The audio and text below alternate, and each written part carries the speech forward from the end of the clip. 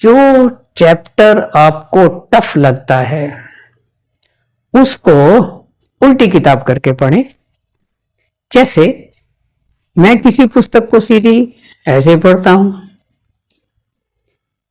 तो सीधा पढ़ने का मैं यूज्ड टू हूं, अभ्यस्त हूं, आराम से पढ़ता जाता हूं। पन्ना पलटा फिर पढ़ा, फिर पन्ना पलटा फिर पढ़ा। यदि मैं इस पुस्तक को उल्टा कर दूं तो शायद मुझको पढ़ने में ज्यादा दिक्कत होगी। उल्टा किया और नीचे से ऊपर को पढ़ा तो ज्यादा ध्यान से पढ़ूंगा, ज्यादा ध्यान से पढ़ूंगा तो ज्यादा याद होगा।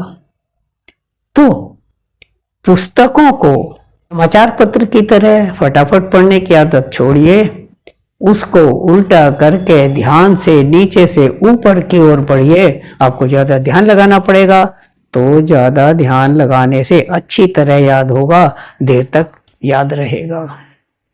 इसके अतिरिक्त कई छात्रों को स्पेलिंग मिस्टेक की समस्या आती है, तो स्पेलिंग मिस्टेक को भी इस विपरीत करणी विधि से ठीक किया जा सकता है।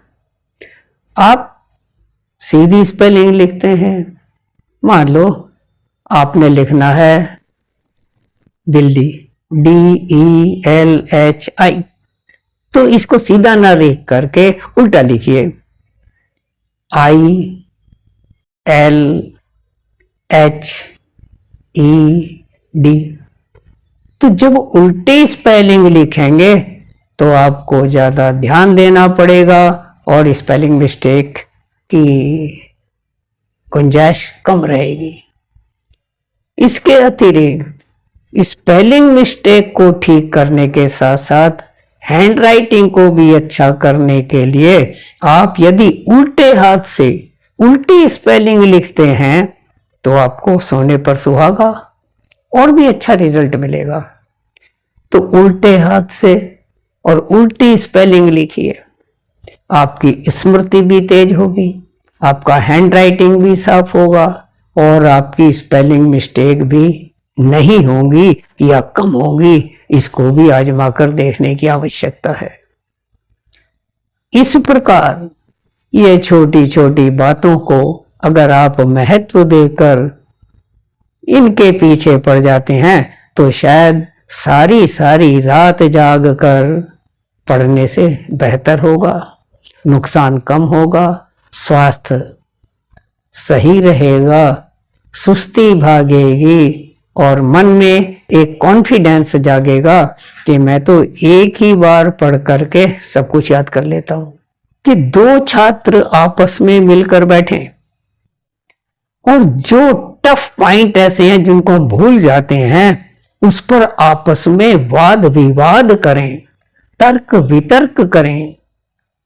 एक छात्र उस पर कुछ बोले, दूसरा उसमें से गलतियां ढूंढे और उसको याद दिलाए कि तुमने यह गलती की है। फिर दूसरा बोले, पहला उसकी गलतियां ढूंढे, तब शायद हम अधिक गेन करेंगे, अधिक देर तक याद रखेंगे और रटने की आदत को छोड़ेंगे।